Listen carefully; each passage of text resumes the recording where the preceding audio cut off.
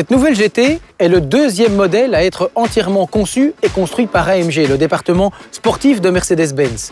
Elle succède à la monstrueuse SLS dont la production a été interrompue et elle a l'ambition d'élargir la clientèle parce que le modèle est moins cher mais aussi plus compact que la SLS. 4,54 m, c'est la taille grosso modo d'une Porsche 911 et ce n'est pas innocent.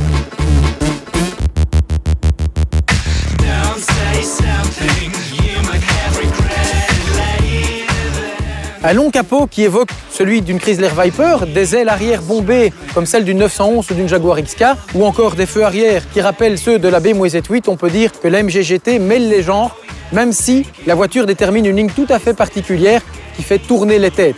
La présentation est donc soignée, y compris à l'intérieur où on découvre une imposante console centrale sertie d'aluminium et qui regroupe toutes les commandes de conduite. Celles-ci sont évidemment programmables, comme l'échappement, l'amortissement ou encore le moteur et la boîte. Véritable cœur de cette AMG GT, c'est son moteur, un V8 de 4 litres développé par AMG, mais qui est toujours fabriqué à la main par un seul technicien du début jusqu'à la fin du processus. Alors ce moteur présente évidemment quelques caractéristiques particulières comme une double suralimentation qui est logée dans le creux du V, ce qui n'a pas été sans poser quelques problèmes de refroidissement puisque la température de fonctionnement de ces deux turbos atteint jusqu'à 980 degrés.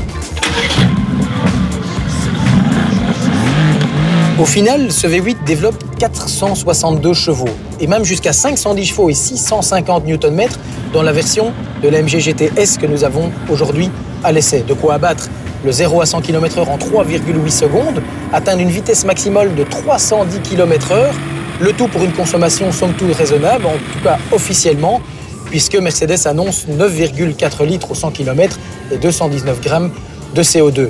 Voilà un moteur explosif qui offre un bon rendement, mais c'est aussi le fait de la boîte automatique qui n'est pas une automatique classique, mais une robotisée à double embrayage. Cet rapport, d'ailleurs directement accolé sur l'essieu arrière, pour favoriser la répartition des masses.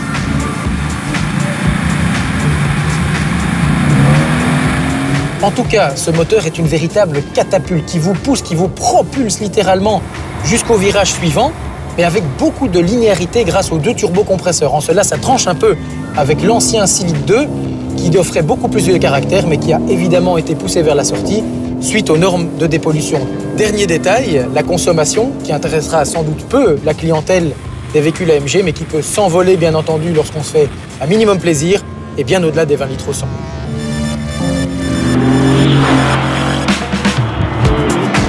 L'AMG GT présente un châssis affûté avec une direction très directe et un train avant particulièrement vif. L'engin est donc tranchant, mais il se montre aussi légèrement sous-vireur, ce qui en soi n'est pas très étonnant puisque c'est une des caractéristiques typiques des voitures très performantes qui s'attaquent au légendaire circuit du Nürburgring. Quoi qu'il en soit, cette GT reste aussi très mobile car elle réagit rapidement aux sollicitations de son pilote et notamment au freinage où elle se place très facilement pour partir ensuite dans des situations de survirage impressionnantes. Situation qu'il faut toutefois cerner avec prudence car les figures peuvent rapidement s'accélérer et le pilote de franchir le point de non-retour. Il vaut mieux dès lors laisser l'ESP branché, ce qui ne limite pas le plaisir car cette béquille électronique reste très tolérante. Avec la SLS, Mercedes avait déjà coupé en deux le prix de l'ancienne SLR. C'est à nouveau le cas, ou presque, avec cette AMG GT. Une diminution de prix qui ne rend toutefois pas cette sportive moins performante, bien au contraire.